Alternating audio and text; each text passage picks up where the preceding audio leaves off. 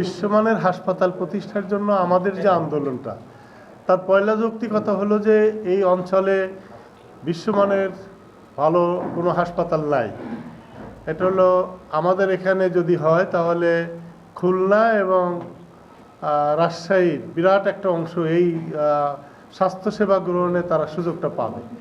দ্বিতীয়, ল্যান্ডের যে সুবিধাটা, বিশ্বমানের হাসপাতাল করার জন্য যে জমির দরকার, সেই জমির লোকেশনটা যে আছে 6 লেনের পাশে, ঢাকা খুলনা মহাসড়ক একসময় বলতাম আমরা, সেই মহাসড়কের পাশেই বেসপাড়া নামক গ্রামে 10 একর জমি আছে।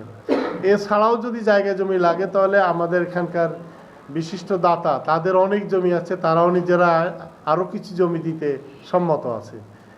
এছাড়া যোগাযোগ ব্যবস্থা, আর্থিক ব্যবস্থা, এরপরে সামগ্রিক সুবিধাটা সামনে রেখেই আমাদের এই দাবিটা যে যৌক্তিক দাবি, এটা আমরা সরকারের কাছে পৌঁছে দিতে হবে। এখানে বিশ্বমানের হাসপাতাল নির্মাণ হলে সাধারণ মানুষ, যারা নিম্ন খেটে মানুষ, তারা অর্থের দিক থেকে অনেক উপকার হবে।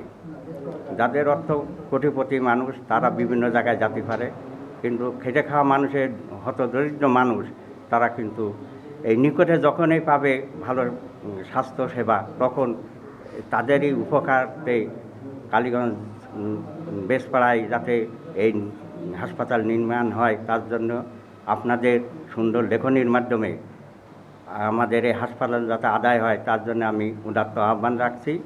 সাথে সাথে বেসপাড়ায় যেহেতু পরিত্যক্ত জমি আছে গণপূর্ত অধিদপ্তরের, এছাড়াও যদি আরও জমি লাগে, ওখানকার ওই গ্রামেরই অনেক দানশীল ব্যক্তিত্ব আছে, তারা জমি দিতে আগ্রহ প্রকাশ করেছে। তাই সেই আলোকেই আমরা এই দাবিটা রাখছি, যাতে এখানে হলে আমাদের জন্য খুব ভালো হবে। এখানে হাসপাতালটা হওয়ার জন্য আমি জোর দাবি জানাচ্ছি। চিকিৎসার ব্যাপারে আমি বেশ মোটামুটি একটু জড়িত থাকার কারণে বিভিন্ন সময় বিভিন্ন ভাইয়েরা, কালীগঞ্জের মানুষ আমার কাছে ফোন করে, আমি তাদেরকে রেফার করি।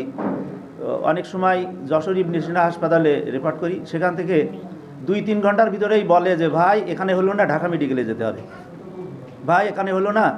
ঢাকায় যাওয়ার পরে ঢাকার থেকে বলে ভাই এখানে হবে না, ইন্ডিয়ায় যাওয়া লাগবে। তা কালীগঞ্জের মানুষ হিসাবে আমি এই কথাটাই উপলব্ধি করতে পেরেছি চিকিৎসার সঙ্গে জড়িত থাকার কারণে, যে আমাদের টাকা পয়সা ইন্ডিয়ায় দেবো কেন?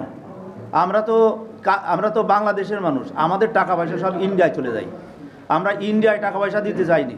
এবং বিশ্বমানের হাসপাতাল বাংলাদেশ এবং বাংলাদেশের ভিতরে ঝিনেদা জেলা, এই ঝিনেদায় জেলা হওয়া দরকার। ঝিনেদা জেলার ভিতরে সবথেকে মাঝখানে যে জায়গাটা, সেই জায়গাটাই হচ্ছে কালীগঞ্জ। এই কালীগঞ্জেই আমাদের এই হাসপাতালটা হলে আশপাশের সকল জেলাগুলোর মানুষ উপকৃত হবে বলে আমি মনে করি।